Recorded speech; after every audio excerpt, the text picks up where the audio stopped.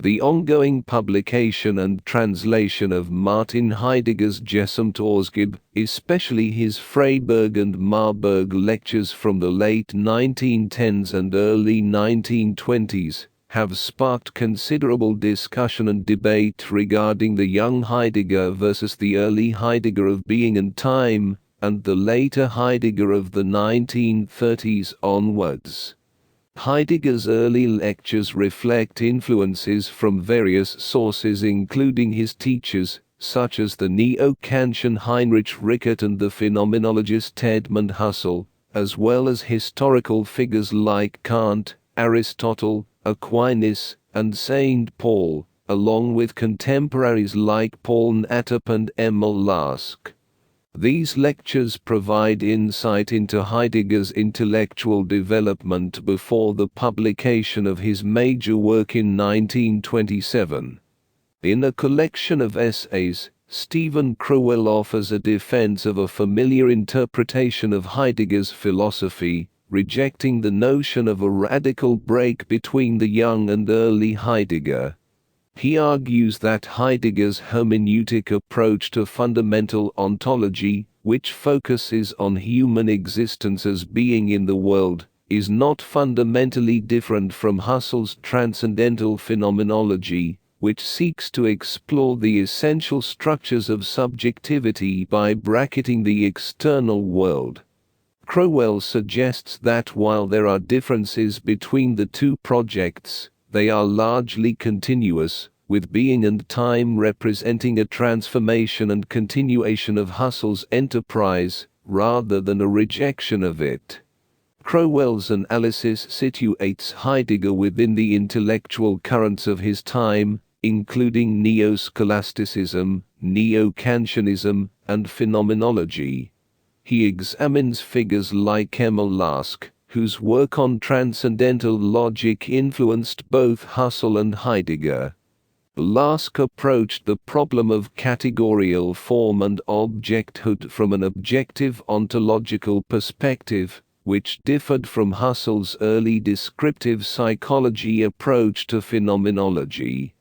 However, while Crowell's discussion sheds light on the philosophical context of Heidegger's early development and engagement with Husserl and others, it may not fully capture the significance of the differences between Heidegger's early and later thought. Heidegger's departure from Husserl's transcendental program and his articulation of the existential analytic in Being and Time mark a significant shift in philosophical orientation, indicating a deeper re-evaluation of the nature of human existence and ontology. Crowell's discussion underscores the philosophical stakes of the time, highlighting the distinctions between Husserl and his neo-Kantian contemporaries like Lask, and the challenges each faced in their respective approaches. Unlike Husserl, who was concerned with the possibility of subjective experience embodying objective content, Lask's a prioristic orientation did not address this central question. Lask's focus on objective categorical form left him ill-equipped to connect logic and ontology with human experience. In contrast, Crowell sees Heidegger aligned with Husserl against Lask, as both sought an ontologically and phenomenologically adequate account of transcendental subjectivity. However, while Heidegger initially followed Husserl's lead, embracing phenomenology as a science, he later diverged from this position. Heidegger's rejection of philosophy as an absolute science, expressed in his 1929-30 lectures, reflects his growing anti-scientism and his broader critique of Husserl's phenomenology. Evidence from Heidegger's correspondence and his own writings suggests a growing disillusionment with Husserl's philosophy, culminating in his dismissal of Husserl as a philosopher and his sharp criticisms of Husserl's work. This antagonism toward Husserl undermines the notion that Heidegger was merely extending or radicalizing Husserl's philosophical project. Instead, Heidegger's philosophical trajectory, as seen in Being and Time, represents a departure from Husserl's framework. Crowell suggests that Heidegger's project is continuous with Husserl's, particularly in their shared concern with subjectivity.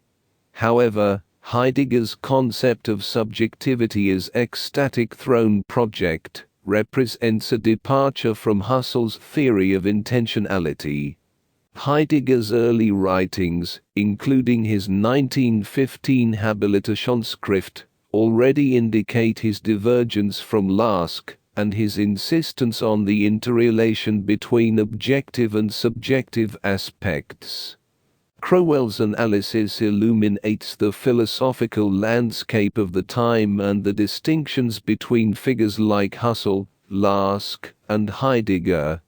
However, rejecting Lask's subjectivism doesn't necessarily imply an adoption of Husserl's subjectivism. Heidegger's early work, including his Habilitationsschrift, challenges conventional notions of objectivity and subjectivity, suggesting a deeper critique of these categories. Heidegger's project seeks to uncover the conditions of intelligibility without presupposing a transcendental subject or subjectivity. In Being and Time, Heidegger criticizes Kant, Descartes, and Husserl for their reliance on subjectivity as a starting point. He rejects the identification of human existence with subjectivity, and introduces the concept of Dasein, to emphasize the worldliness of human being in the world. This new terminology aims to reinterpret and redescribe human existence beyond traditional philosophical categories, laying the groundwork for understanding the constitution of meaning. Crowell suggests that Heidegger remains faithful to Husserl's method of eidetic reduction and phenomenological seeing, but Heidegger's hermeneutic approach diverges from Husserl's reliance on intuition. Heidegger questions the legitimacy of essential intuition, and emphasizes interpretation as a continuous open-ended process, rather than a search for self-evident essences. In Being and Time, Heidegger challenges Husserl's notion of consciousness self-evidence, grounding phenomenology in existential understanding, rather than pure intuition.